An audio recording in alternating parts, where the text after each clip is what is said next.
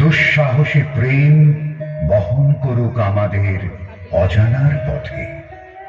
তবে তাই হোক, কিন্তু মনে রেখো, কিংসুক দলের প্রান্তে এই যে দুলিছে একটু শিশির, তুমি যারে করেছ কামনা, সে এমনই শিশিরের কণা, নিমিষের সোহাগিনী।